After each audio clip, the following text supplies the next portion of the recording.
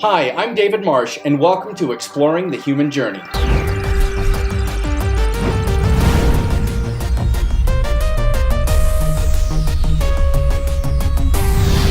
Exploring the Human Journey. Hi, and welcome. I am so glad you joined us. I am excited to share with you our guest today, the one and only Peter Sterling. He is an internationally acclaimed musician, and we're live in studio in Sedona, Arizona. Recently, I had a chance to spend some time with Peter, and I want you to watch this amazing video.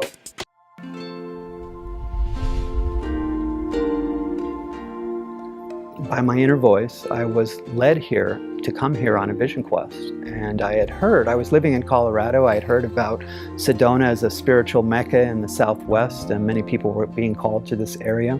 This was shortly after the harmonic convergence of 1987, which was a global planetary celebration and an activation that was a sync to the Mayan calendar. The majesty and the beauty of the red rocks was like nothing I'd ever seen before. I was drawn, being an avid outdoorsman, I was drawn to the canyons and the outback here.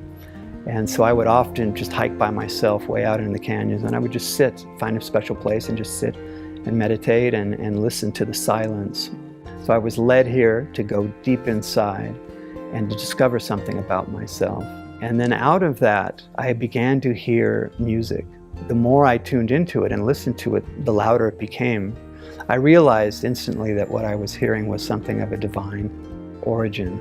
It was so beautiful. My whole body began to shake and quiver, like it was such a high frequency, very strong energy, but very high frequency. The message was to trust, surrender, and let go, and allow the music to take you away.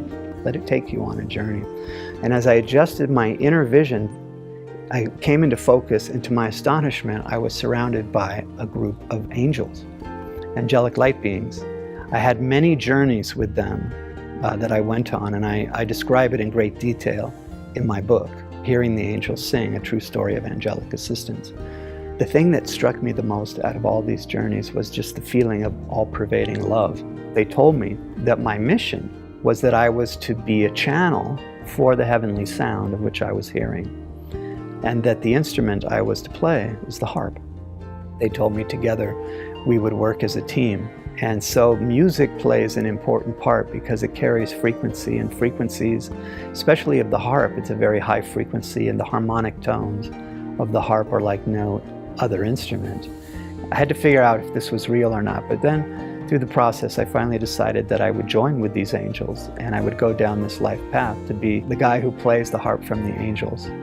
And I would just put my hands through the strings and just start strumming the strings like this, and this energy would come over me, and my hands began to move on the strings by themselves. And the voice was saying, just trust, surrender, and let go. And the more that I just let go, I would just let go into this energy of ecstasy and supreme bliss of the angels and of the source of this music of the sound. And my hands would just start to move on the strings by themselves. With the angels' guidance and support, I made my first recording, which is called Harp Magic, and it actually got discovered by a small independent record label that released it worldwide to critical acclaim, and it was nominated for a national award the year it was released in 1994 for String Album of the Year. So it happened very, very quickly. And the angels told me, we're going to do this whole thing, you're going to record all these albums and be very famous for playing the harp. And so I've just been on this journey now, and it's been 25 years, and I have 16 albums out now, and several of them have been #1 records around the world for new age and instrumental music. So it's been quite a journey.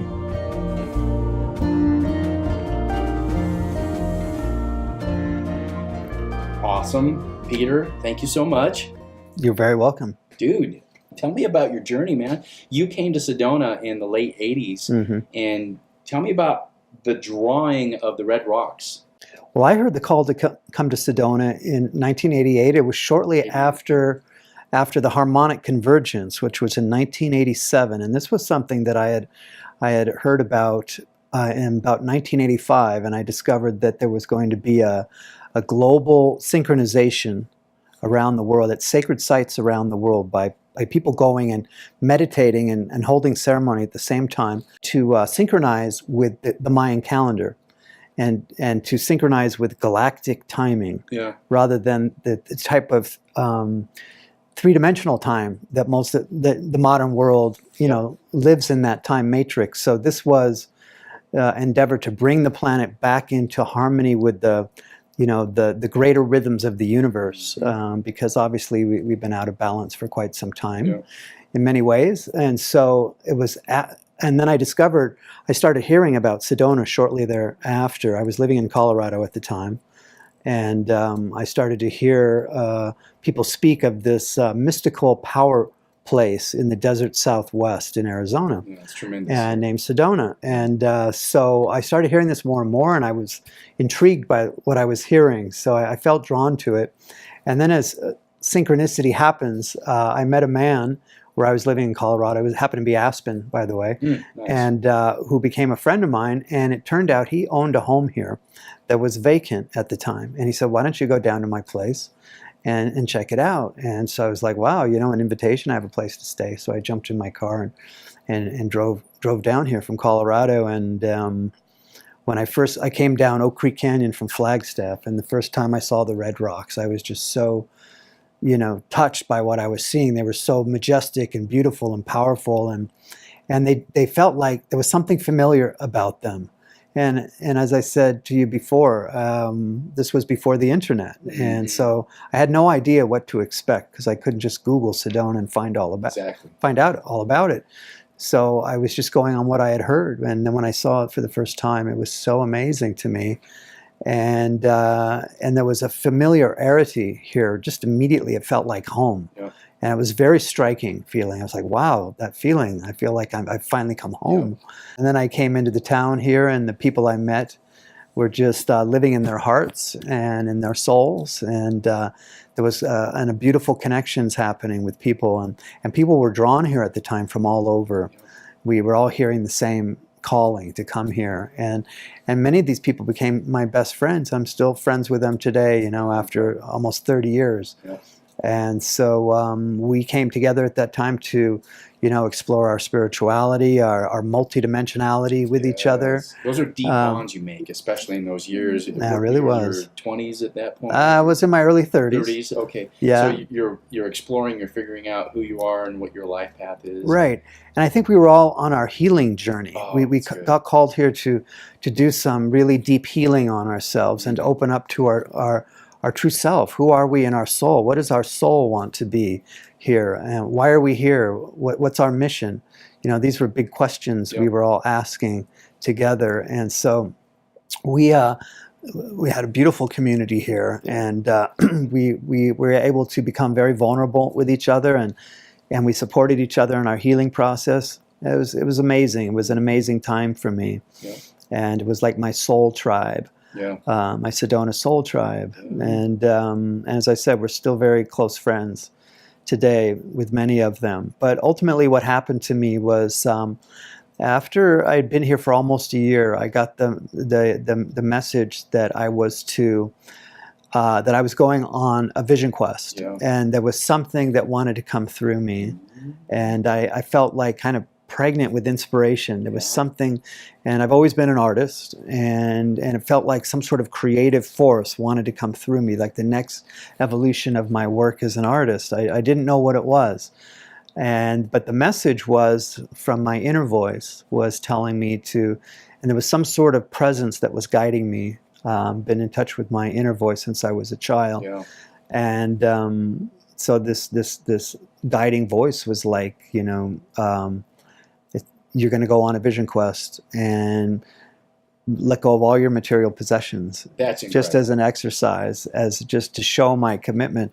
So really, I did. I let go of the majority of my possession, except even some photo albums and things from the past that I had carried for a long time. You had. Yeah, and it also represented my old self. So this was going to be, I knew I was going to completely change. It's a transformation from from the outside and the inside. Yeah, and I happened to be reading the books of Carlos Castaneda and the teachings of Don Juan.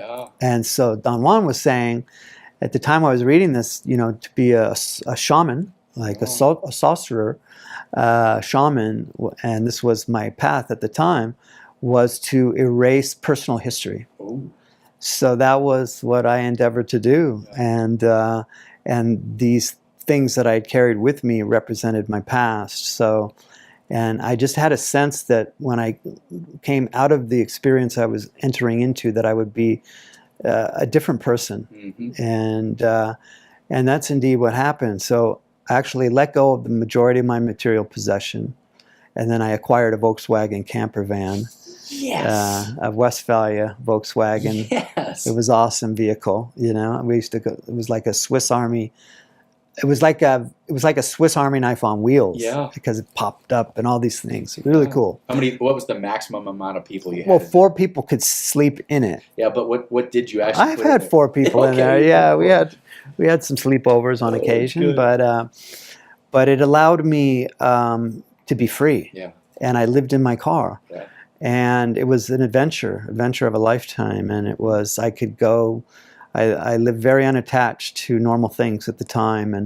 And this was before cell phones and personal computers. So at the time I just had I had a 1-800 voicemail that people could leave me a message, and a P.O. box. Wow. That was it. That was and and if I wanted to use the phone, you know, I'd have to pull over and use a payphone on the side of the road back in those days. But no, I was very unattached, and so I got the van. I lived in my car, and I slept every night out in the canyons of Sedona, and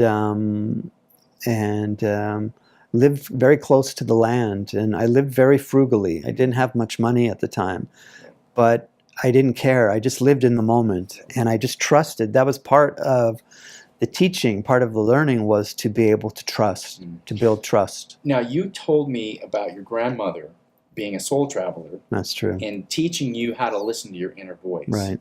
Because I grew up on that religious narrative where we were taught to listen to the voice of the Holy Spirit, but anything else could be a trick of the devil. And so you're always like, well, what?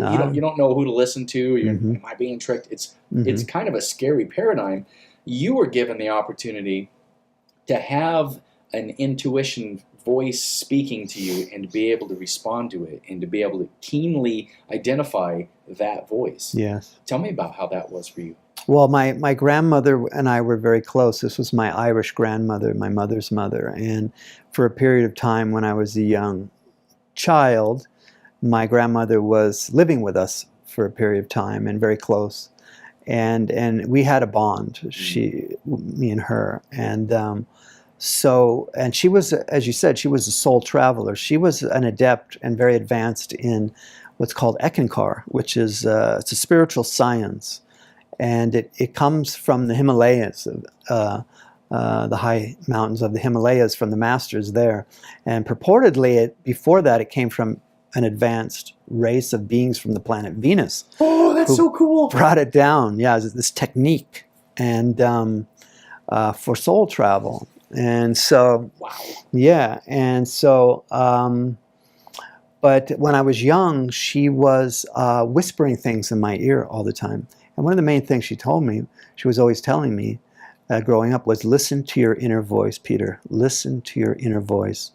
So I was like always listening to my inner voice, you know, and it kind of plagued me for most of my life, because it was the type of voice where I use this as an example. Let's say I was, I was in the supermarket, and you're going down the aisle and you want, those cookies or something. And that voice is like, no, don't eat those cookies. Those are not good for you, Get something healthy, that kind of a thing. So you're like, stop it, inner right, voice. and we all hear that voice, our conscience like that. But this one I developed I could hear it very clearly. And it was just over the years, it was just, how much can you walk in alignment with that, because it's like the higher self. The inner voice is the soul, or the higher self. How did you distinguish between like some guilty feeling or shame feeling versus a loving inner voice? Well, that's part of the process of discernment, developing there's that discernment. Ego that wants control. That's correct. And there's an inner voice that's the true self. How do you know which one you're listening to? Yeah.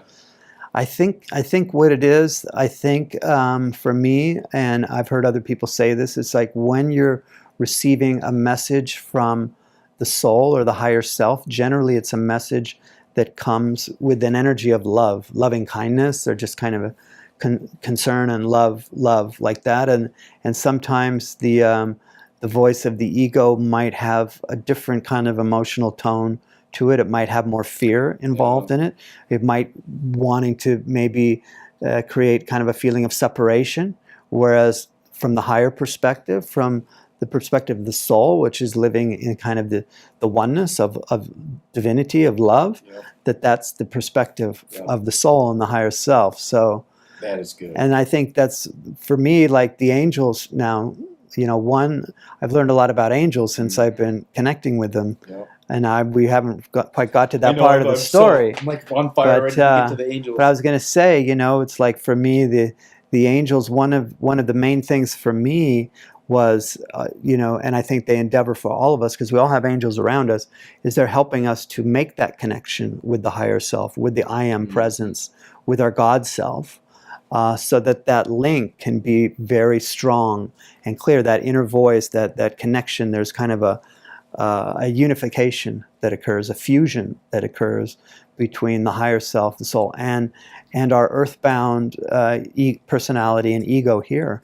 And so the idea is, through our spiritual practices, we get that connection, that circuit is clear and clear. And sometimes we have to, break through. There can be blockages to connecting, and most people, I think, feel disconnected down here on planet Earth.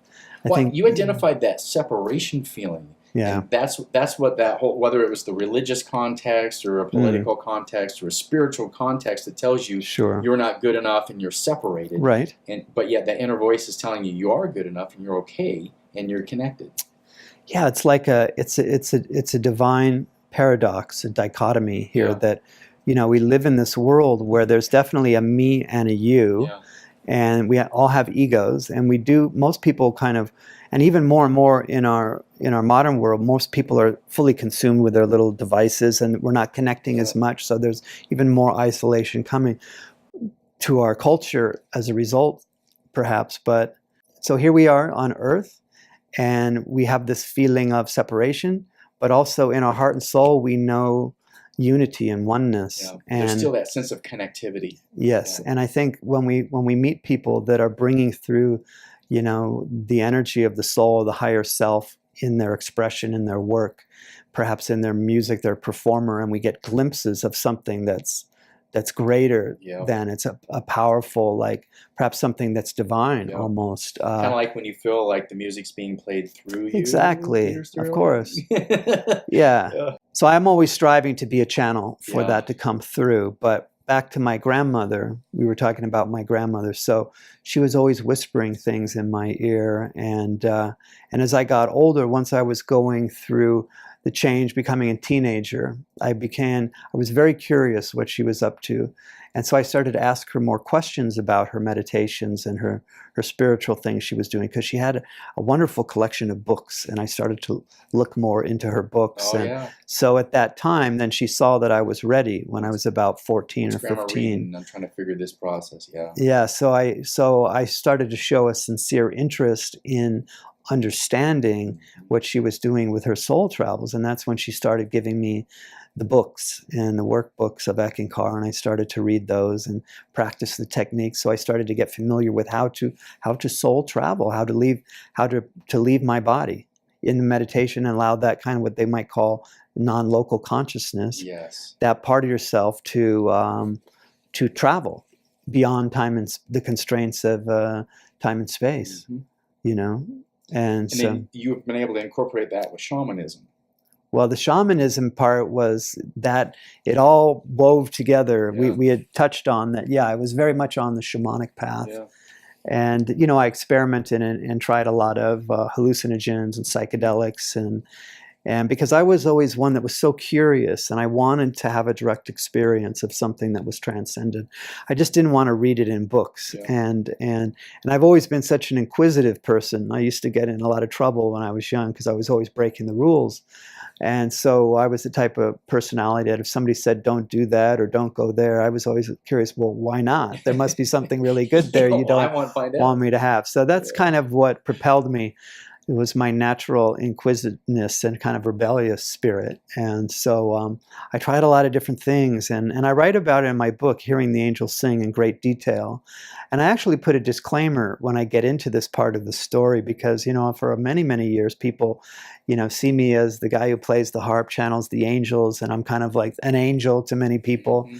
And they don't realize that, I have other parts to me, and they kind of hold me maybe sometimes up on this pedestal that I'm all pure and everything. But I've walked a human path like all of us, and I've experimented with a lot of different things. Yeah. So, but the disclaimer was that I did the shamanic path, the psychedelic path was a big part in my awakening. Well, I've had the most profound download of how it's all put together through an ayahuasca plant medicine ceremony. Sure. And I just saw the universe as this one thing, and the divine is creating this all, and we're just having this experience and it's play, and we create all these constructs and the scenarios. I went, oh, I'm good. I felt like all of those fears and questions of separation and how do we get back and reconcile them, like, oh, it's all part of the same thing. Yeah. And so that when somebody tells me they've had a plant medicine experience that changed them, I go, hey, I get you. I feel that. I know everybody has their own version of that. What it means to you is very personal, but it's very powerful, and it transforms the way you view things. It certainly does. Yeah. It gives you perspective on things, and I think it just really expands our consciousness. It expands our perspective. That research shows that most humans, they talk about this, are using only a very small part of our brain capacity, our intelligence. Yep. And that also, now when, neurologists look at the brain, the majority of it is what they call, I think, gray matter. There's like a large part that they don't even know what it's for, and it's kind of dormant. Just sits there. And they call it gray matter. Yeah. They don't really know what it is. And it's also similar to like our DNA. Like our DNA, the geneticists have, they've looked at the DNA and they know what... They call it junk DNA. Yeah, well, they don't know what it is. Yeah, like a large portion of the DNA they call junk DNA, just like the gray matter of the brain. They don't really know what it's for. The large portion of the DNA, they don't know what it's for. And if you don't understand it, just disregard it. That's been the theme of many people I've run into. Yeah, don't understand it, disregard it. Exactly. Pay no attention to that. It's not. But my understanding is that there's an awakening going on, and by using plant medicines and different psychedelics, and not only that, but doing certain practices that you can actually reconnect circuitry and activate dormant parts of the brain, and things start to wake up, and DNA starts to get activated, and then our perceptions expand as a result. And we start to see more clearly, and we can see perhaps beyond the illusion of three-dimensionality, that there is something more, and our perceptions become more sensitive. We start to be able to see energy, see auras, and see energy patterns between people or things, and we develop perhaps the ability to channel energy through our hands. Yeah. But our perceptions change, and then we start to see, like for me, because I've been doing this so long, I can actually look at, like solid material things, but I can actually make out the atomic structure. Wow. It's a fascinating thing. And but what the angels told me, and we're going to have to get into what happened, how these angels... To that, because you were doing some meditation, you were in the canyons, and you began to hear music. And you were like, oh, maybe somebody's playing, some sort of a sound system. But then as you continue to go inward and have these transcendent meditation experiences and or shamanic experiences, you had interactions with angelic beings, the cherubs. It's true. Which gave you that presence. Give our viewers, listeners, presence to that. Right. Well, I was talking... previously about how I got the message that I was going to go on a vision quest and to get the Volkswagen camper van, which I did. And so I lived in my car, and I slept every night in the canyons, and I lived very close to the land. And I was able, during that time, I lived very frugally. I think I've told people that I think back in those years, I used to live on about $5,000 a year. Wow. It was like maybe or 6,000, maybe 500 a month. Yeah. Just something, maybe, somewhere between, just very bare bones. And that was part of the experience. That was what I was True endeavoring to do. minimalism. Yeah, to just live very simply and to live like a yogi. Like I Yeah. considered myself like a Western sadhus. Like in India, they have these wandering kind of yogis and Yes. holy men that just with their begging bowls and stuff. I didn't beg, but Yeah. I lived very simply, and that allowed me, because I didn't have a normal job to go to. I didn't have a 9 to 5. It allowed me to practice meditation like several times a day. I was able to meditate for, morning, afternoon, evening, whenever I wanted to. Yeah. And I just went very deep into this inner experience. That was the message, was I had to go inside. I had to go inside. That the gold nugget that I was searching, the answers that I was seeking, was inside, deep inside. So I had to retreat and retreat from the things of the world, in a sense, and become almost like an ascetic. No, yeah, you're right. Or like a renunciate almost, Yep. as best I could. The aesthetics wouldn't eat, and they would flog Yeah. themselves, or just kind of our Exactly. body's bad, and Yeah. anything negative. Yeah. Yeah. Yeah. So I just lived very close to the land, and I was on my shamanic path. I had my totem animals and my power objects and my crystals, and I had a Native American flute, and I'd often hike the paths barefoot here, so that I could feel the earth Grounded. energy, the Yeah. grounding energy of the earth. And I just walked, and I would play my flute, for the spirits, the ancestor spirits that lives in the canyons here of Sedona, and offer that as a prayer, as a gift. And then I would invoke their presence, and I would just feel like I would have like ancient ancestral spirits walking with me, like the grandfathers, the grandmothers, that would walk on the trail with me. And then I would start to hear things like they were teaching me, showing me visions of what life was like, 1,000 or 2,000, 3,000 years ago here. And so that was kind of my orientation at the time, and then just meditating in the silence there, because in the canyons there's an exquisite silence, one that I had never experienced before until I came here.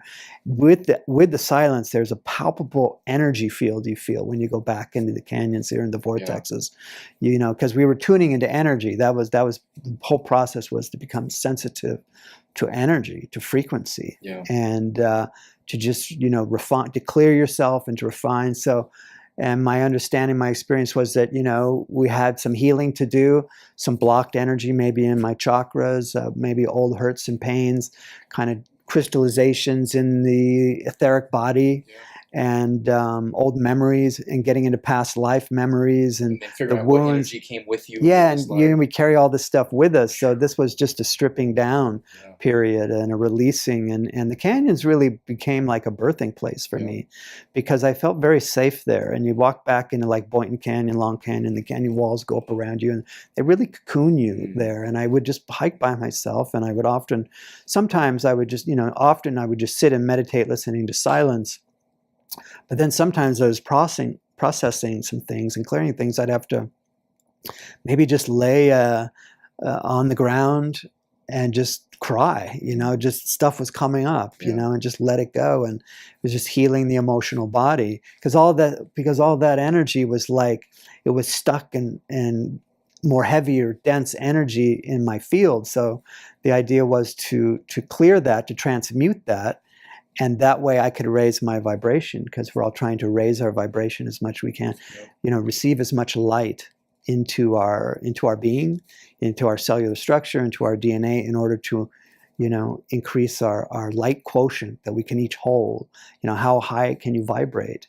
That's good. Yeah, so that was always what we were trying to do. And that led me into also working with crystals quite a bit, and just meditating with crystals and tuning in, the frequencies of quartz crystals as amplifiers and as communication devices. So, working a lot with crystals and gemstones, and, essential oils for the vibrational frequency of oils, and just attuning oneself, sensitizing oneself to energy, and then seeing the aura and seeing energy fields. So, yeah, it was cool. But ultimately what happened was that as I went deeper and deeper into the silence, into the stillness in my meditation in the canyons, and my mind was able to become very, very still and calm for long periods of time. And as I was just becoming very empty, it was what the Buddhists would call emptiness, just tuning into that, to emptiness. and just creating a space. And then so I created this beautiful space, and then all of a sudden I started to hear something in the space. And I often say that I was, focusing a lot on opening my third eye, because I wanted to be a seer. I wanted to develop my psychic abilities, my clairvoyance, as we were tuning in, sensitizing to energy, but also seeing, so that we could see the energy fields. And so really focusing a lot on the meditation on the Ajna center, on the Christ center here, Yeah. and opening that. But simultaneously, what occurred for me was that my inner hearing, what I call my third ear, began to open. So as I was beginning to see this beautiful light in my meditations, and then simultaneous to that, I started to hear a faint sound in the silence of what sounded like music. And I was like, "Oh, what was that?" And I just went back in, and then lo and behold, it began to become louder, and it was like music. And at first I kind of opened my eyes and would come back, and I think maybe there's somebody out in the forest with me that has a portable stereo that's playing some classical music. But then I realized, no, that's not what this is. And I was just being drawn back deep into myself, into that stillness and holding that space.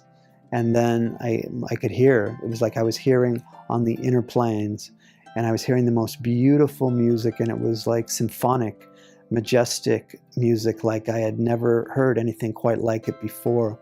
The beauty of it, and the richness and the texture, the quality of it was like something perhaps I had dreamed of, perhaps something I knew deep inside my soul, but I had never heard in this earthly life.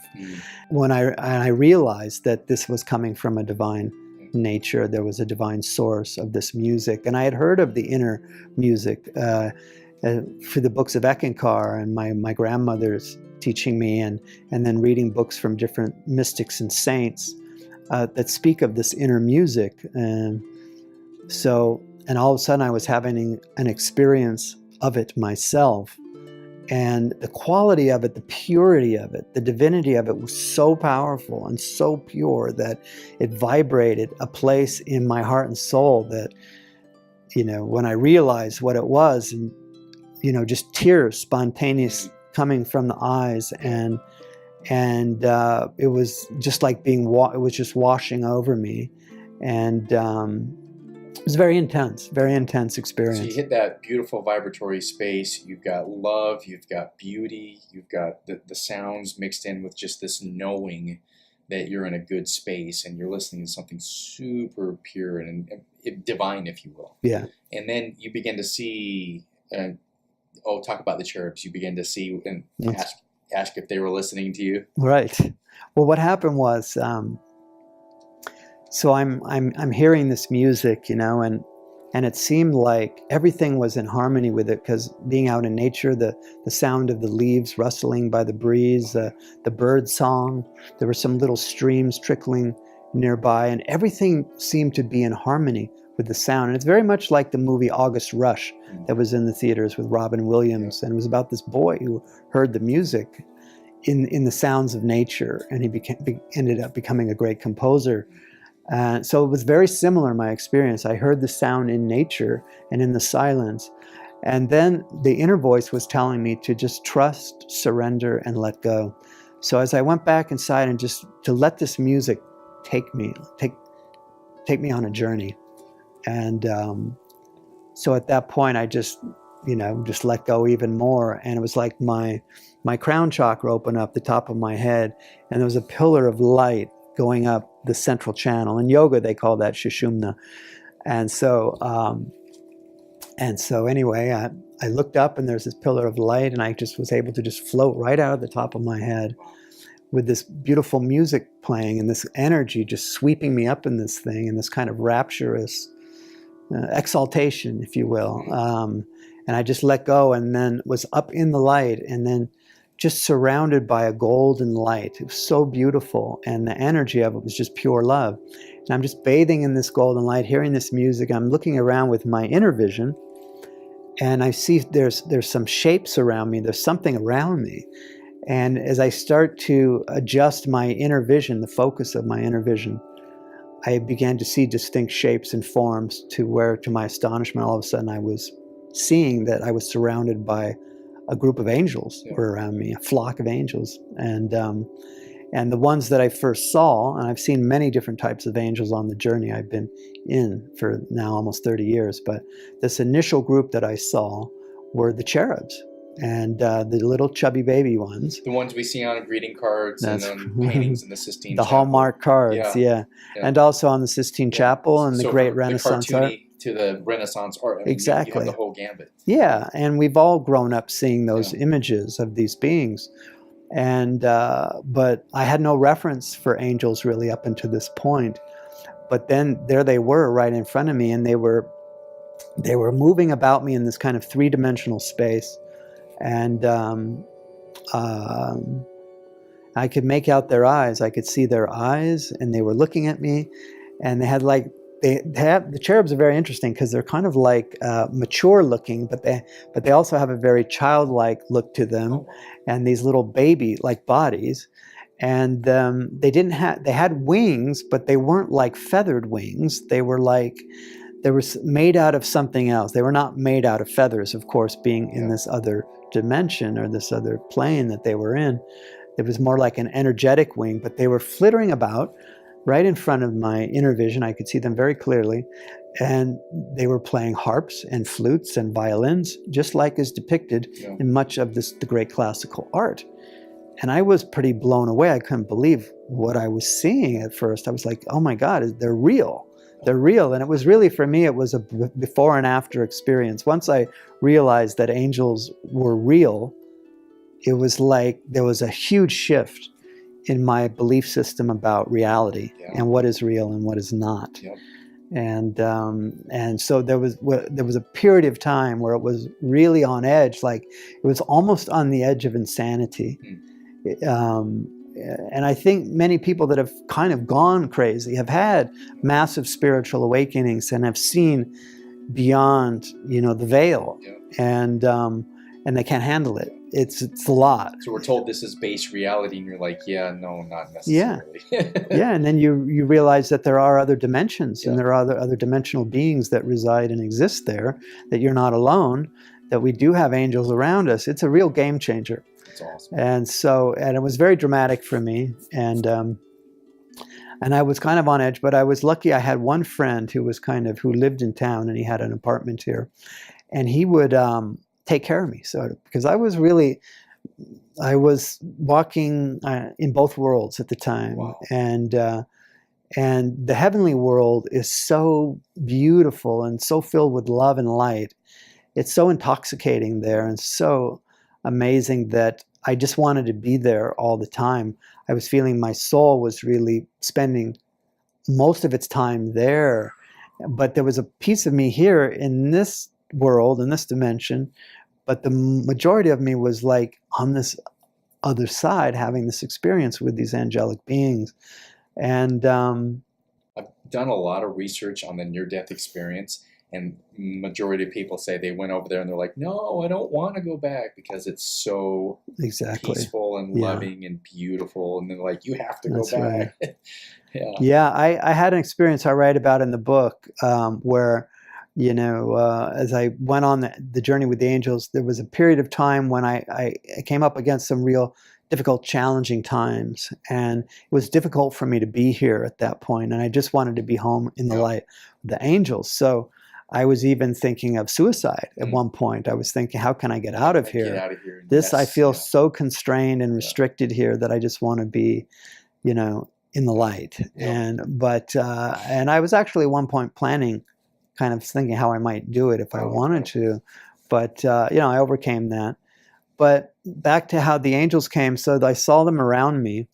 And then what ensued was a lot of journeys with them because a relationship was developed, an opening occurred, and then I was able to join with them on many, many occasions where they took me on just, amazing journeys into their world.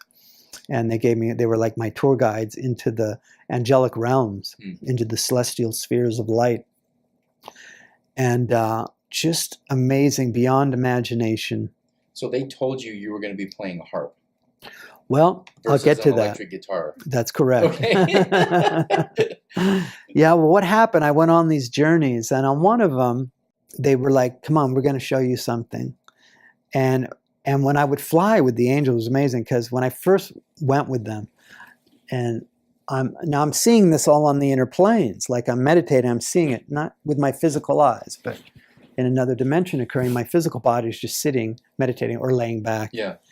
And You're in a canyon somewhere. yeah, Yeah. and two of them, one on each side, picked me up kind of under the arm, and then I started flying when they lifted me up, and I started flying with them. And then eventually they let me go because I got my wings and I could fly on the inner planes. I could fly with them.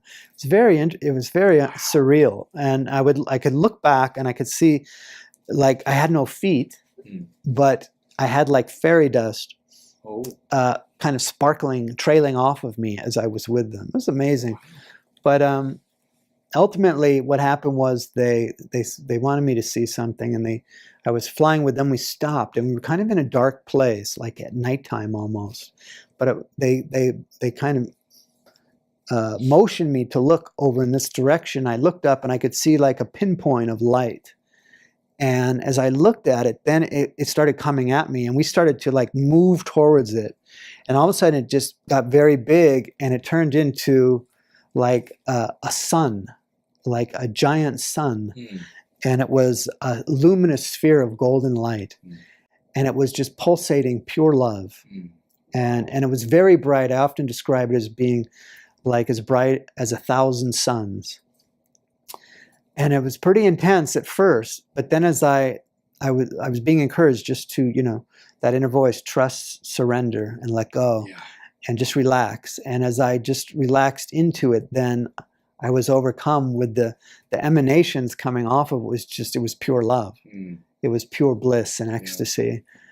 And I just bathed in this celestial light and with this group of angels that I was with. And they told me, they said, this is the source of all love and light in the universe. They said, telepathically, they're connecting with me. We're communicating telepathically. And they're telling me that this is God. This is the Godhead. This is the wellspring. This is the source. Wow. This is the fountainhead. Wow. In all of these words and descriptions of this is it. That's right. And wow. And so I just stood there and just took it all in. And I was just being bathed in this divine radiance and of this golden light of the Godhead.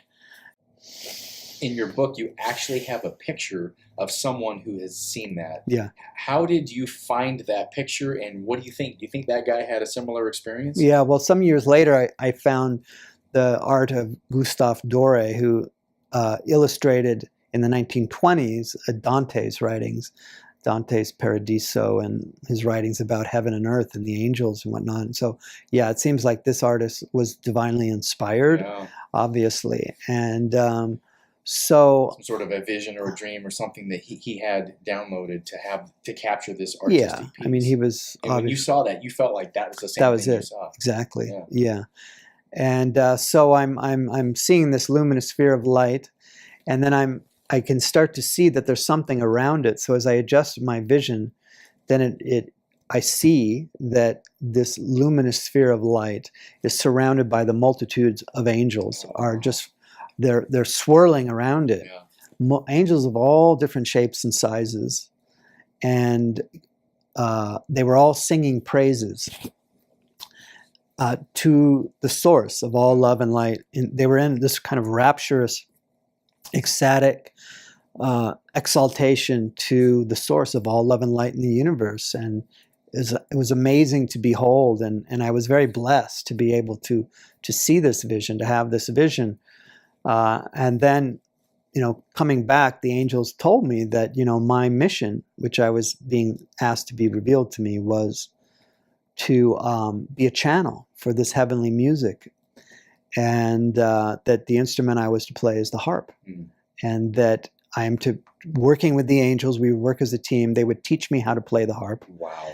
And Because you didn't happen to have a harp in the backseat of your vehicle. I didn't at that point. Yeah. I did shortly thereafter. Yeah. One came to me actually pretty quickly Yeah. once I linked up with the angels. I mean, this was a new piece of information. You're like, a harp? Yeah. Did I hear that right? Yeah, like I'm in my early 30s, and they're saying, and I wasn't really a musician at the time. I played a Native American flute and a harmonica, pretty much, and maybe a few chords on the guitar. Wow, which is very different than a stringed instrument. Yeah. That's true. Those are breath instruments. Yeah. And they say you're going to play the harp. This is, if you want, this is your mission.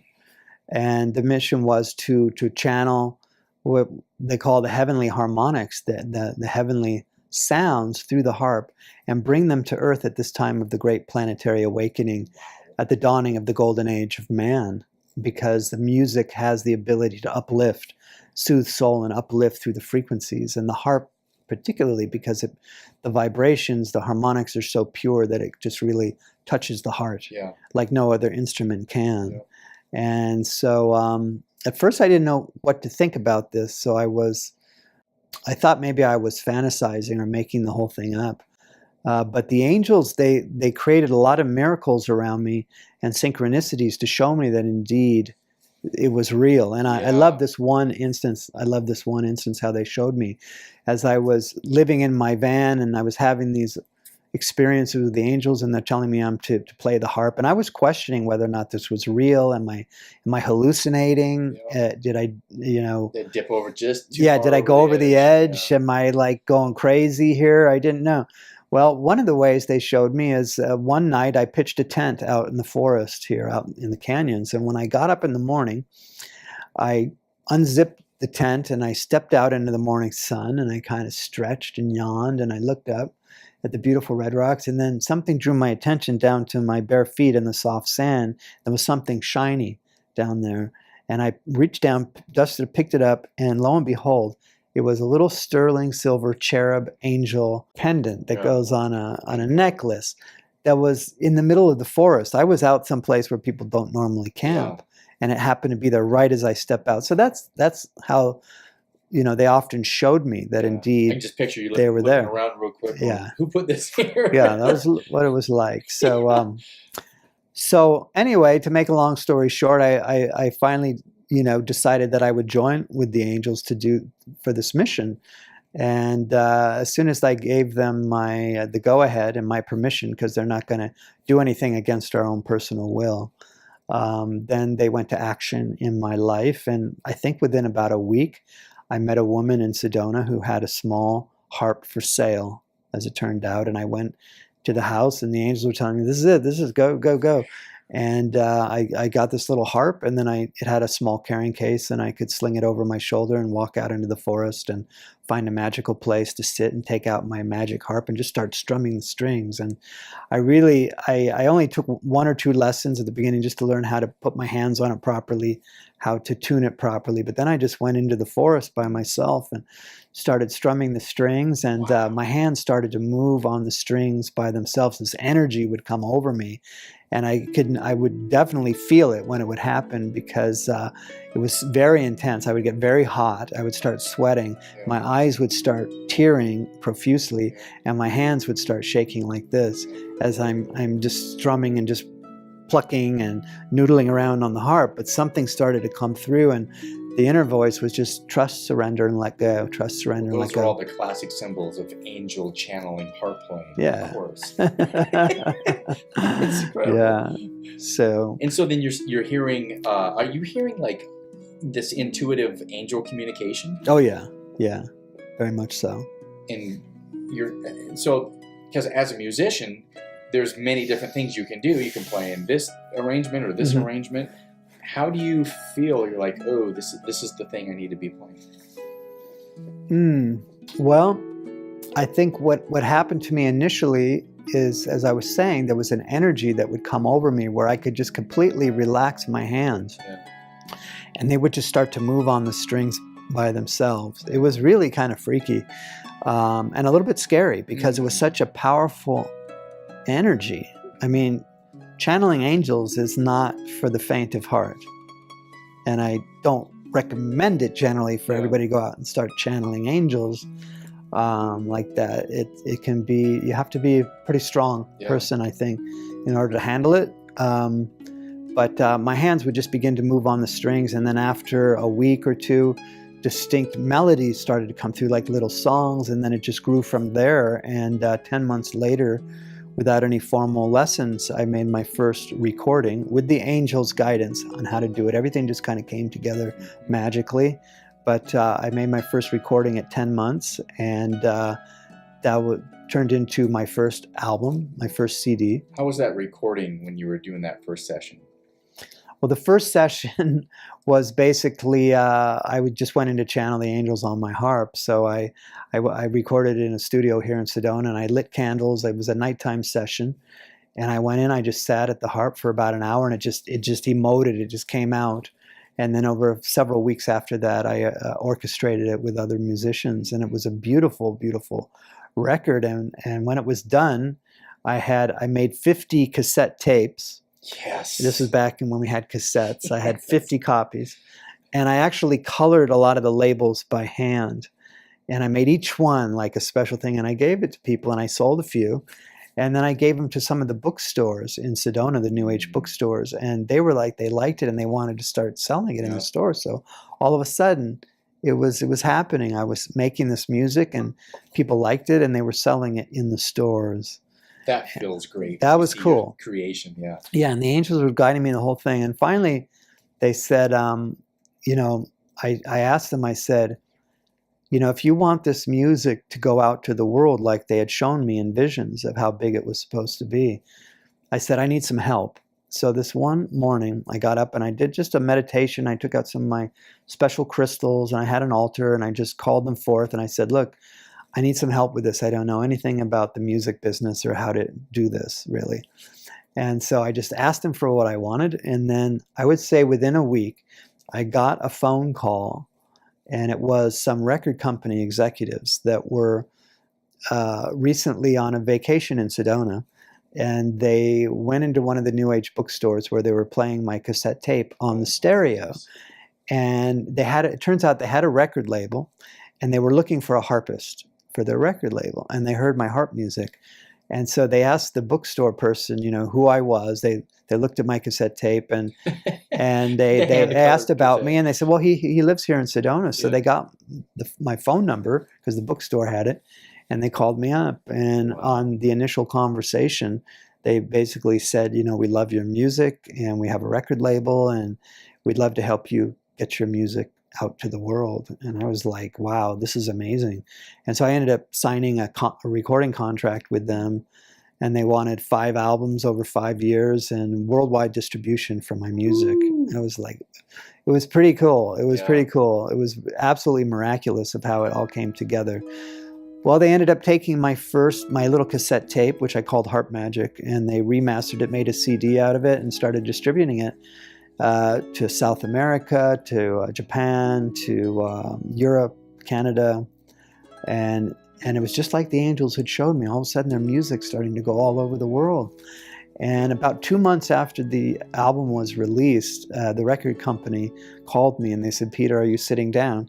And I said, okay, yeah. And they said, well, Harp Magic has just been nominated for String Album of the Year in the Indie Awards. That's awesome. Yeah, and this was in 94. 94, yeah. Yeah, and these were like the baby Grammys. Yeah. So I got a nomination for Album of the Year. That's cool. And I didn't win, but still, it was really cool. They only nominate a few. Yeah, exactly. They don't nominate hundreds. Yeah, it was very cool. Yeah, so it's always an honor to have somebody look at your stuff and see they recognize them. Right. That's great. So it took off very quickly, and I had some pretty good success right at the start. So it was very exciting. But then there were some challenging times that ensued after that. And really? This human journey, you had some challenges? Yeah, I had to overcome some things. And that was when I got into my suicidal days and my depression. After this shooting off like a rocket, then things change. And it's all in the book. But I find that I'll have a high and then followed really close by a low. And I'm like, oh, what is that? What is that? What is that? It's called life. Yeah, it's so frustrating. You're like, this is amazing. Oh, the next day, oh, it's awful. I don't know. Right. It's part of this human journey. It's true. Yeah. Well, we have the music is here. The angels gave the music because the music has within it, it has the frequencies of divine love in it. Oh, beautiful. And actually, how they explained it to me, and this has been, verified or by people all over the world, is that if you listen to the music and you close your eyes, you can soul travel. You can go on journeys with it because it creates a really beautiful imagery in the mind's eye. Yeah. And so you could soul travel with the music. And then also when you listen to it in your home, it actually acts like an angel attractor, and it attracts angelic energies to come into your home. And it just creates an oasis of angelic peace within your home. And it creates like a portal for angelic beings to come into your home. Yeah. You can invite the angels in and into your life. The music is a vehicle for that. And I've had many people write me letters from all over the world confirming that for me, that's indeed what happens for many people. So we're round and third coming to home. I don't want to leave out the beautiful artwork you do. If you are lucky enough to see Peter's work in person, he actually has 3-dimensional artwork. You literally put on 3D glasses to look at these paintings, and there's depth there. There's like the back layer, and then there's the front layer, and then there's sparkly, floaty things. How do you do this? This is an amazing medium. Right. Well, I've been doing stained glass windows, stained glass art since I was a teenager. And from the very beginning, I was making geometrical, symmetrical patterns out of glass. Yeah. And then as I got older, I discovered that I was making mandalas, which come basically from Asia, and they're kind of meditative. Or the universe. Or the universe, right. But I was naturally doing these symmetrical, geometrical patterns out of glass. Yeah. And then over the years, I refined and developed my technique where I actually inlay crystals and gemstones into the template of the stained glass window. And they're free hanging, in wooden frames and on metal chains. They're very beautiful, beautiful colors. And the crystals in them just enhance the energetics and the beauty of them. But it was about 3 or 4 years ago, I started receiving messages from my angels that they were showing me in some sort of visions that I would be making some sort of art on canvas, like a painter. So I tried painting and thinking, could I do this? But no, I'm not really a very good painter as far as realistic painting. The angels took me on this journey to discover what it is they were showing me that I could do. Well, through a turn of events, I discovered that if I photographed my stained glass windows with a special kaleidoscopic photo effect, it would create these beautiful kaleidoscopic images of great beauty and depth. And so, and that's how it started. Yeah. And so now I take these images, and initially I printed them on giclée canvases, but now I'm doing pretty much exclusively metallic photo prints that I mount on wood, and then I do a special treatment. The angel showed me I get a very fine powder of quartz crystal, actually Tibetan quartz crystal powder, white and very pure. And then I mix that in with a clear, glossy medium, and I brush it onto the canvases and layer quartz crystal powder on it. Then I also have powder of amethyst, citrine, peridot, chrysocolla, lapis, all sorts of different gem powders that I actually layer on to the piece and matching the color of the piece to the gemstone. And then I add a special glitter, and then I seal it with a poured epoxy top. So it's really a very unusual. I've never seen anything quite like it. It is phenomenal. Yeah. Like you said, I've never seen anything quite like it. Yeah, so I call them crystal alchemy portals of light. And so they're actually 3-dimensional portals. And so you can see great, you can travel in them. Yeah.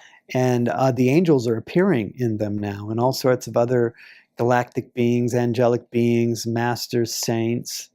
I've seen Jesus, Mother Mary, all different types of beings are spontaneously appearing in these kaleidoscopic, they're holograms is what they are. Yes. And then I have the special chroma depth glasses that when you put them on, they open up 3-dimensionally, and you can really see how they're holograms. Yeah, it's not the cheesy red and blue glasses. They're these special say it again?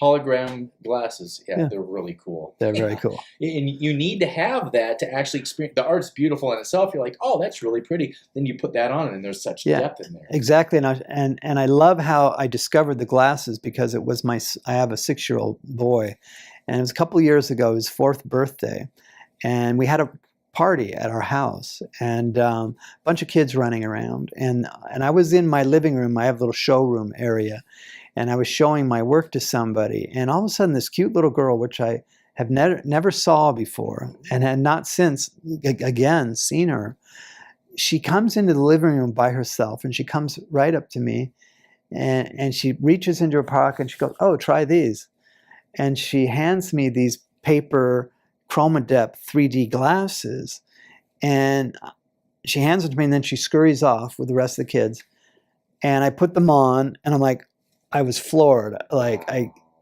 it was like that was the piece I was looking for. This was the final piece. And she was a cute little blonde-haired girl, and that was the last I saw of her. It's an angel. And I never seen her again. And that's how the angels work. You know, they do really cool stuff like that when you start working. And that's one of the messages they want people to know, is that we all have angels around us, and at least one. And you know, you can call on them to help. You could develop a relationship with your personal angel, and they can help you to bring forth to create your life. They can help you to manifest things, especially and most importantly, if what it is you're wanting to work with them to bring forth in your life, if it's for the benefit of everybody involved, if it's for the upliftment of humankind and for the light work, so to speak, the angels will really come to your assistance to help you. And so I think, especially at this day and age when there's so much uncertainty in the world with what's going on, to really have a good connection with your personal angels to help you to listen to their messages as you're going on your life journey, so that you can avoid certain pitfalls and perhaps danger in your life. I think it's a really important now more than ever. Yeah. Your music is awesome. I bet it feels amazing to be listening to Sirius XM on Smooth Jazz or New Age channel and see your name pop up in a tune. That's got to be awesome. Yeah. I mean, maybe I know that's a little ego, but that's got to be super cool. No, I mean, one of the last times I was just in November, I won a Hollywood Music and Media Award for New Age Song of the Year. Oh, wow.